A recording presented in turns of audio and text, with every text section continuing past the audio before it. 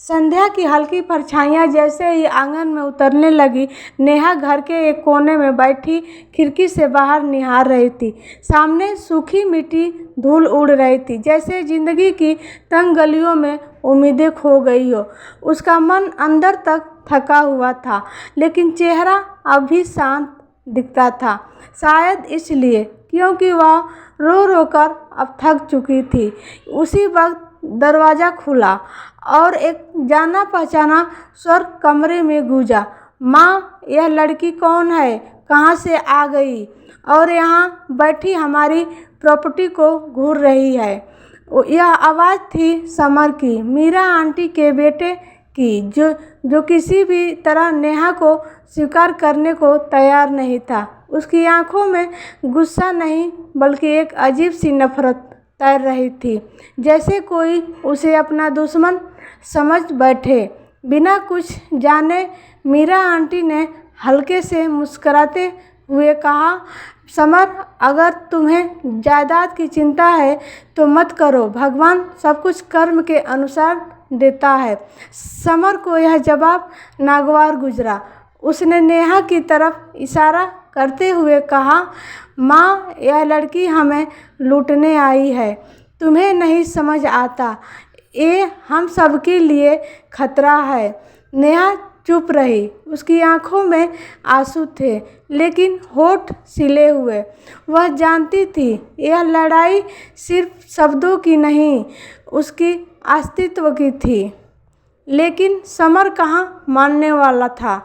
दिन बीतते गए। समर हर दिन नेहा को ताने से, शक से और कटु व्यवहार से तोड़ने की कोशिश करता रहा। और फिर एक दिन ऐसा आया जिसने नेहा की जिंदगी को झकझोर कर रख दिया। यह लड़की चोर है, समर ने अचानक ऐलान कर दिया। मीरा आंटी सन्न रह गई। क्या बकवास कर रहे हो समर? उसने क्रोध में पूछा। समर ने बेशर्मी से कहा, मैंने खुद अपने पैसे उसके कमरे में रखे थे और अब वे गायब हैं। अगर यकीन नहीं है तो उसके कमरे की तलाशी लो। नेहा की आंखों में भय और अपमान तैरने लगा। यह केवल पैसे की चोरी का आरोप नहीं था, यह उसकी पूरी पहचान पर हमला था। मीरा आंटी के कहने पर तलाशी ली गई। समर ने बिस्तर के नीचे से एक लिफाफा निकाला। देखो, यही है मेरे पैसे। नेहा का चेहरा पीला पड़ गया। यह झूठ है, उसने कांपती आवाज़ में कहा। मीरा आंटी ने लिफाफा उठाया और कुछ देर देखने के बाद बोली, ये लिफाफा तो वही है जो मैंने खुद तुम्हें दिया था समर। इसके कोने पर मैंने निशान लगाया था।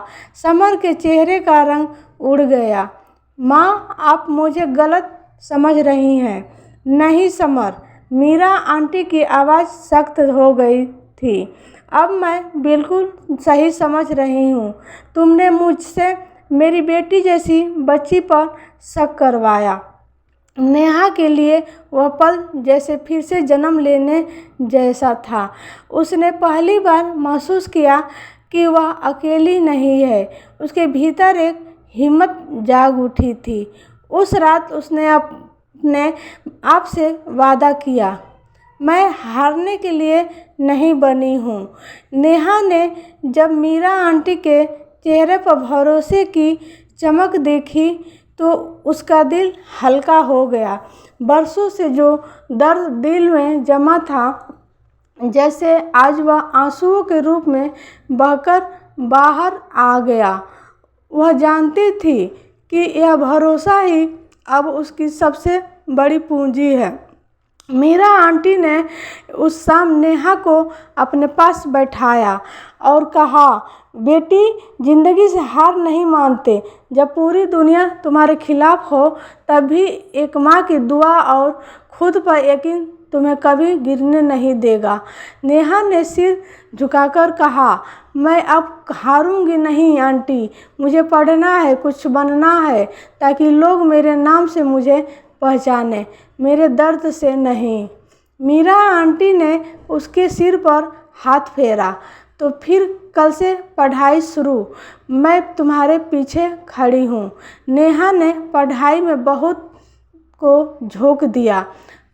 स्कूल में दाखिला तो मिल गया था, लेकिन किताबें, कापियाँ, ड्रेस सब कुछ जुगाड़ से जुटाना पड़ा। मीरा आंटी ने अपने पुराने गहने गिरवी रख दिए और घर का खर्च घटा दिया, लेकिन नेहा की पढ़ाई नहीं रुकने दी। सुबह 5 बजे उठना, नल से पानी भरना, झाड़ू पोछा, खाना बनाना और फिर स्कूल जाना।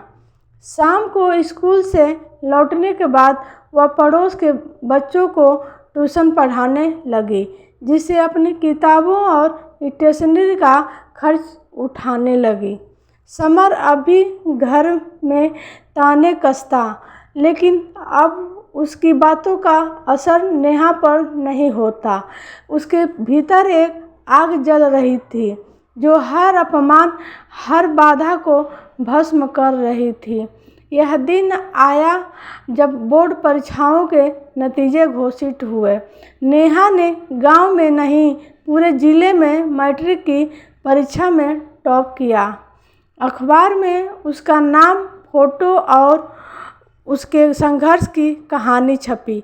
गांव के लोग कल तक उसे दया या शक की नज़रों से देखते थे, आज उसकी तारीफ कर रहे थे। पंचायत प्रधान ने अपने घर बुलाकर उसे सम्मानित किया। एक संस्था ने उसे आगे की पढ़ाई के लिए स्कॉलरशिप दी। मीरा आंटी की आंखों में गर्व और आंसू दोनों थे। उन्होंने नेहा को गले लगाकर कहा, मैं जानती थी मेरी बेटी एक दिन चमकते सूरज की तरह उगेगी। नेहा ने मुस्कुराते हुए कहा, आपने मुझे सिर्फ सहारा नहीं दिया, आपने मुझे ज़िंदगी दी। अब नेहा की मंजिल सिर्फ पढ़ाई नहीं थी, वह समाज की सोच बदलना चाहती थी। नेहा की ज़िंदगी में एक नया मोड़ आया था। जिला टॉपर बनने के बाद उसे शहर के सबसे प्रतिष्ठित कॉलेज में स्कॉलरशिप मिली थी। गांव छोड़ते ही उसकी आंखों में आंसू थे। एक तरफ मीरा आंटी की ममता भरी आंखें, दूसरी ओर एक अनदेखे सपने की दुनिया। पहली बार बस में बैठकर शहर की ओर जाते समय उसकी सांसें तेज थी, दिल में डर भी था। क्या मैं वहाँ खुद को साबित कर पाऊँगी?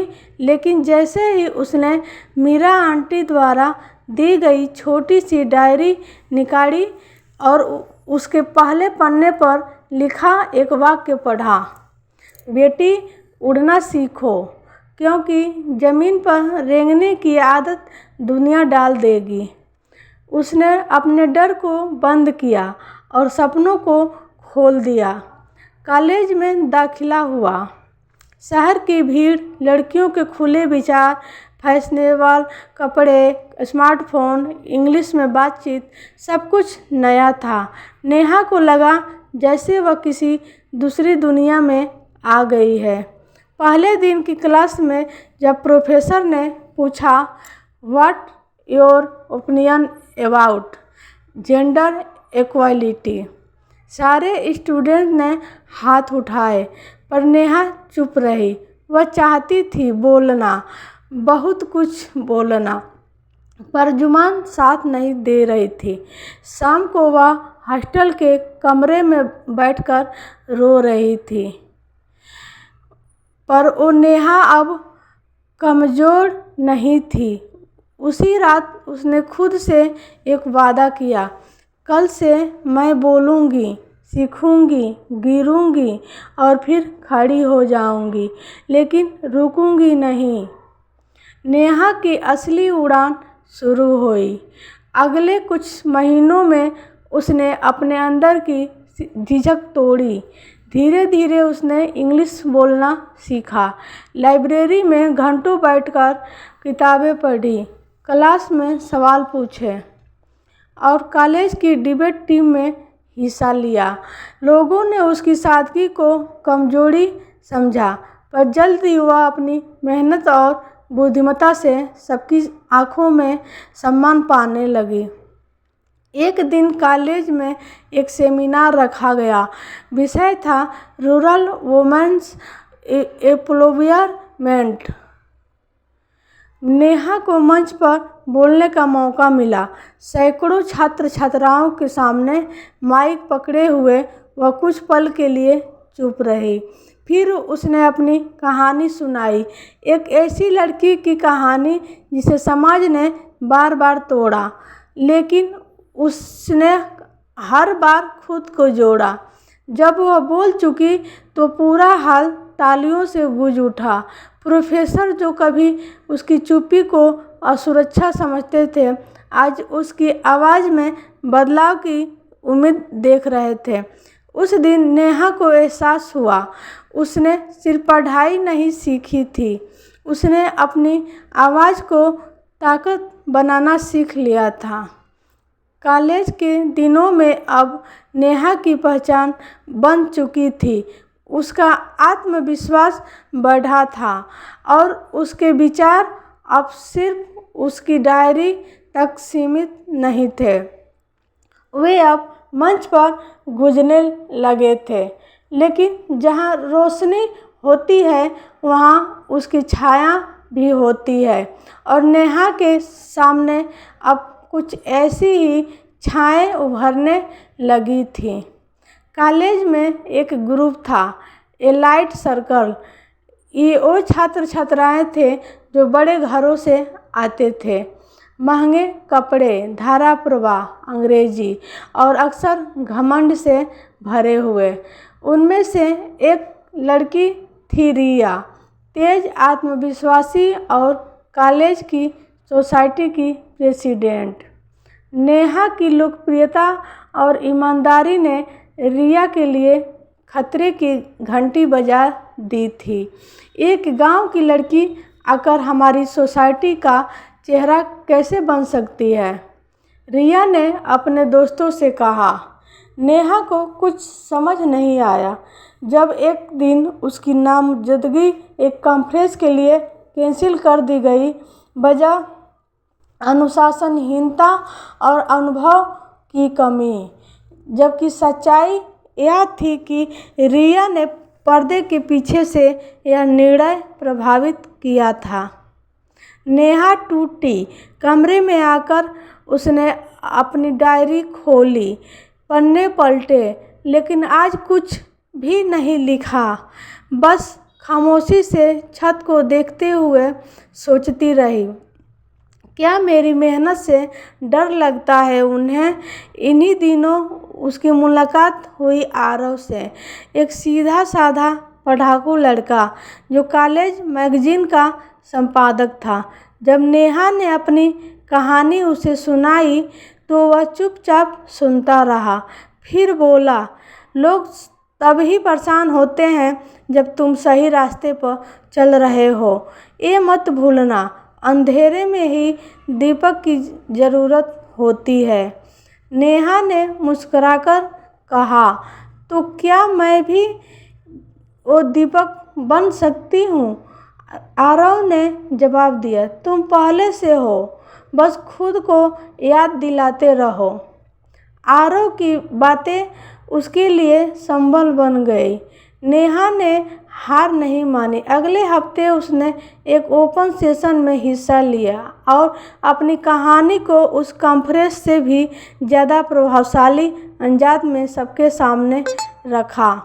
उसकी सच्चाई और साहस ने बहुत से छात्रों को प्रेरित किया और कॉलेज प्रशासन को यह मानना पड़ा कि नेहा को रोका नहीं जा सकता। रिया अब सामने नहीं आती थी, पर उसकी ईर्ष्या हवा में महसूस होती थी।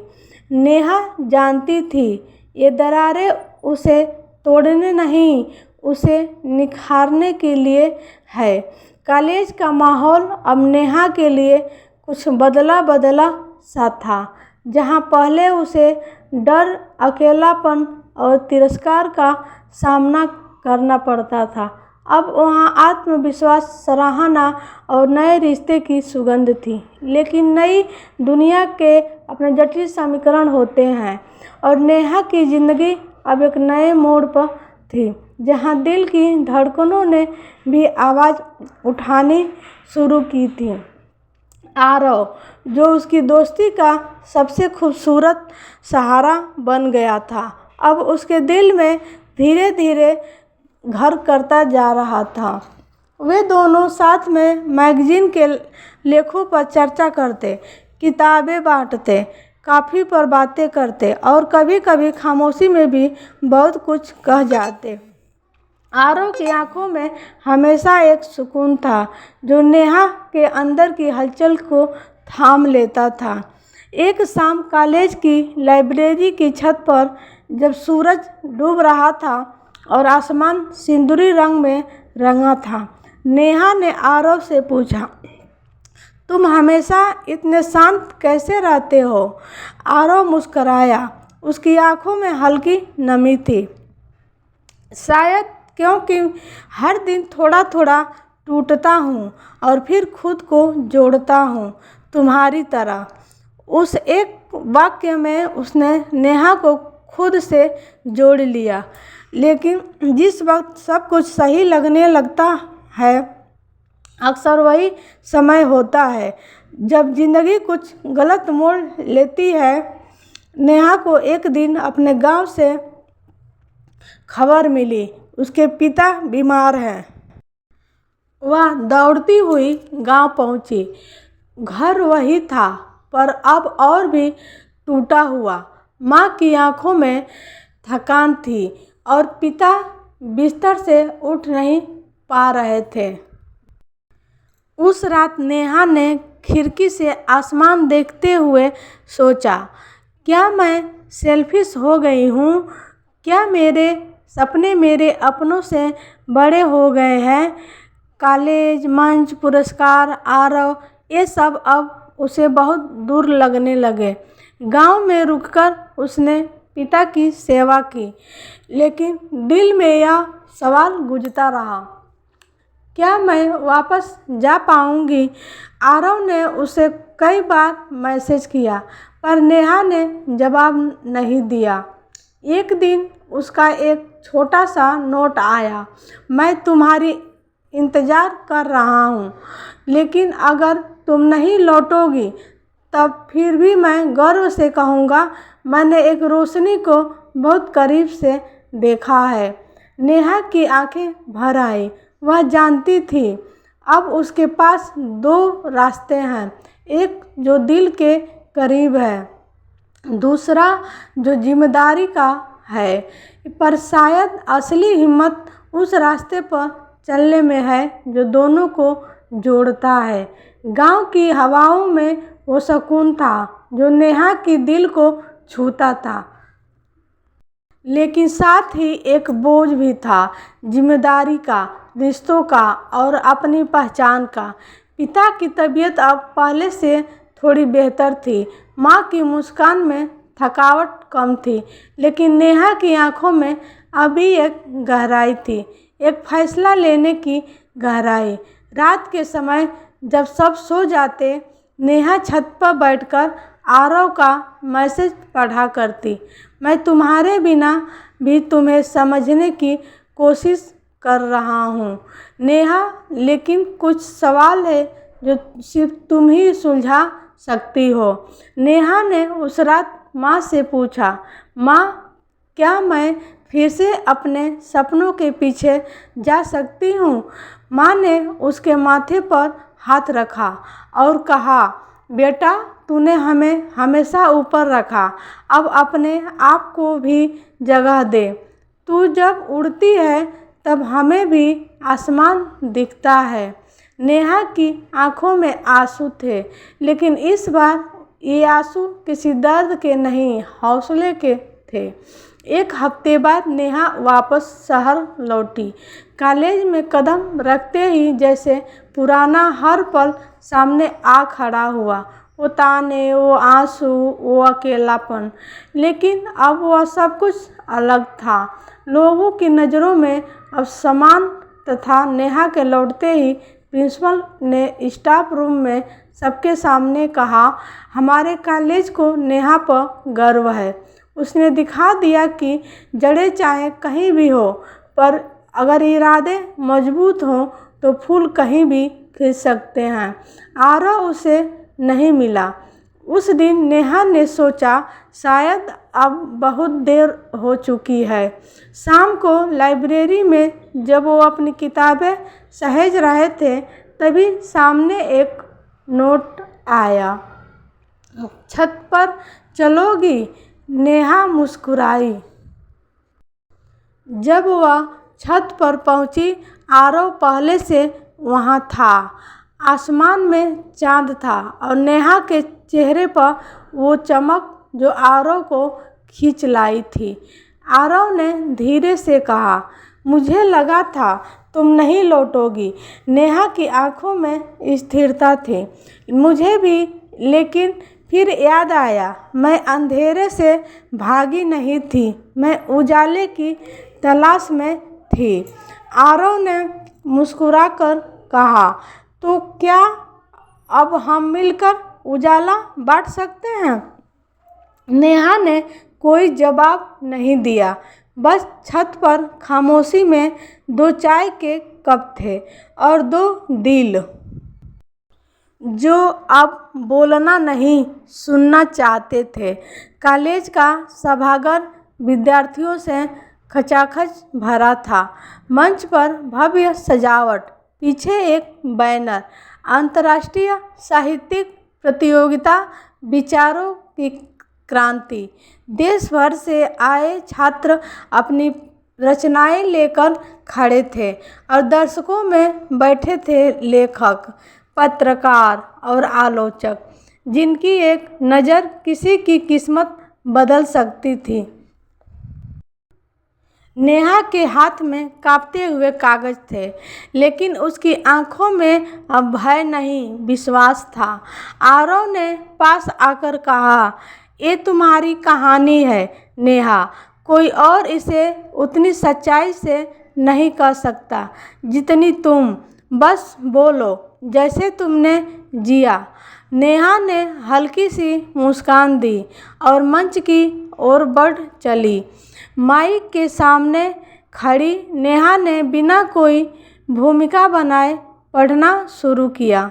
मैं एक लड़की हूँ उस गांव की, जहाँ लड़कियों को सपनों की इजाज़त नहीं मिलती, जहाँ किताबें हाथ में आने से पहले चूल्हा और चौका थमा दिया जाता है, जहाँ माँ बाप अपनी मजबूरी बन जाते हैं और समाज अपना निर्णय।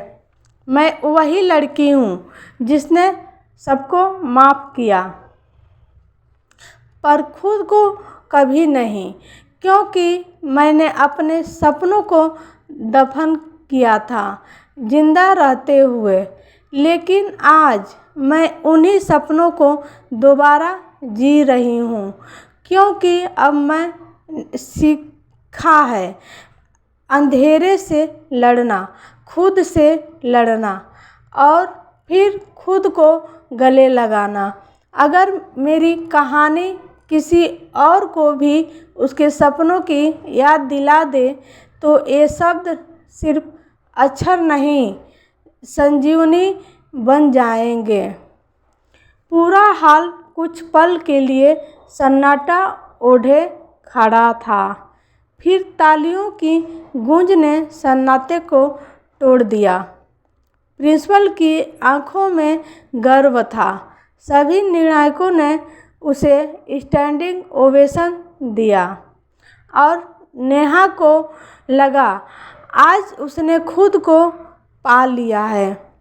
प्रतियोगिता के बाद जब नेहा स्टेज से उतरी, तो एक महिला लेखक उसके पास आई और कहा, तुम सिर्फ लेखिका नहीं, एक क्रांति हो। हम तुम्हारी कहानी को प्रकाशित करना चाहते हैं। पूरे देश तक पहुंचाने के लिए। नेहा की आंखें भर आई। आरव पास खड़ा मुस्कुराया। मैंने कहा था ना, तुम्हारी चुप्पी में भी आवाज़ है। इस अध्याय की अंतिम पंक्तियाँ कुछ कहानियाँ पुरस्कार नहीं जीतती, वो दिल जीतती हैं, सोच बदलती हैं और अंधेरे को रोशनी में बदल देती हैं। नेहा की कहानी छाया से उजाले तक अब केवल मंच तक सीमित नहीं था। दिल्ली के एक प्रतिष्ठित प्रकाशन ने उसकी रचना को पुस्तक रूप में प्रकाशित करने का प्रस्ताव दिया। जब उसने पहली बार अपने नाम के नीचे किताब का कवर देखा, उसकी आंखों में आंसू थे, लेकिन वो आंसू कमजोरी के नहीं, पूरा होने लगे सपनों के थे। किताब की लॉन्चिंग दिल्ली के एक बड़े साहित्यिक समारोह में हुई। मंच पर नेहा, उसके साथ कई प्रतिष्ठित लेखक, पत्रकार और सामाजिक कार्यकर्ता। नेहा की कहानी पढ़कर हर कोई भाव विभोर था। पत्रकारों ने पूछा, आपकी प्रेरणा कौन है? नेहा ने जवाब दिया, मेरी प्रेरणा वो है जो कभी बोल नहीं पाई, जिनकी कहानियाँ घर की दीवारों से बाहर कभी आई ही नहीं। अब मैं चाहती हूँ कि हर लड़की अपनी आवाज़ को पहचान सके और एक कलम उनकी भी हो जाए। नेहा ने एक बड़ा कदम उठाया। उसने अपनी किताब की रॉयल्टी से अपने गांव में एक पुस्तकालय और साक्षरता केंद्र खोलने का फैसला किया। नाम रखा स्वप्नदीप, जहां हर उम्र की लड़की अपनी कहानी खुद लिख सके। गांव में जब नेहा लौटी तो बहुत कुछ बदल चुका था। कुछ लोग अभी ताने कसते थे, पढ़ लिख के शहर जा बैठी, अब गांव में क्यों आई। लेकिन अधिकतर लोग अब उसे सम्मान की नज़र से देखते थे। गांव की छोटी छोटी लड़कियां उसकी किताबों को छूते हुए कहती, दीदी हम भी आपकी तरह लिख पाएंगे। नेहा मुस्कुराकर कहती, तुम मुझसे भी आगे जाओगी, मैं तो बस शुरुआत हूँ। एक दिन आरव उससे मिलने आया। अब एक पत्रकार बन चुका था। उसने कहा, नेहा तुम्हारी कहानी अब अकेली नहीं रही, तुमने औरों की कहानियों को भी रोशनी दे दी है। अब क्या सपना है? नेहा थोड़ी देर चुप रही, फिर बोली, अब मैं सिर्फ एक लेखिका नहीं, मैं एक मशाल बनना चाहती हूँ जो हर अंधेरी सोच को जलाकर रोशनी में बदल दे। अब मेरी कलम रुकने वाली नहीं। समय बीतता गया, लेकिन नेहा की कलम कभी नहीं थमी। उसकी किताबें अब स्कूलों के पाठ्यक्रम में पढ़ाई जाने लगी थी। उसकी आवाज़ अब नारी सशक्तिकरण के मंचों पर गूंजने लगी थी। लेकिन नेहा का सपना सिर्फ मंचों तक सीमित नहीं था। वो बदलाव को ज़मीन पर महसूस करना चाहती थी। गांव के साक्षरता केंद्र स्वप्नदीप की दीवारें अब कहानियों से भरी रहने लगी। हर सप्ताह वहां कहानी लेखन, आत्मरक्षा और आत्मविश्वास पर कार्यशालाएं होती। नेहा ने खुद गांव की लड़कियों को पढ़ाना शुरू किया। एक दिन 14 साल की आरती नेहा के पास आई और कहा, दीदी, मैंने अपनी माँ की कहानी लिखी है जो कभी स्कूल नहीं जा पाई। अब वो भी यहाँ पढ़ना चाहती है। नेहा की आंखों से आंसू बह निकले। यह वही परिवर्तन था जिसकी उसने कल्पना की थी। सिर्फ गांव ही नहीं, कई दूसरे ग्रामीण इलाकों को भी स्वप्नदीप मॉडल को अपनाया। नेहा को भारत सरकार की ओर से नारी शक्ति पुरस्कार से सम्मानित किया गया। पुरस्कार समारोह में उसने एक छोटी सी बात कही, मैंने अंधेरे में बहुत समय बिताया पर मुझे वहाँ सितारे दिखे। अब मैं चाहती हूँ कि हर लड़की अपने अंधेरे में अपने सितारे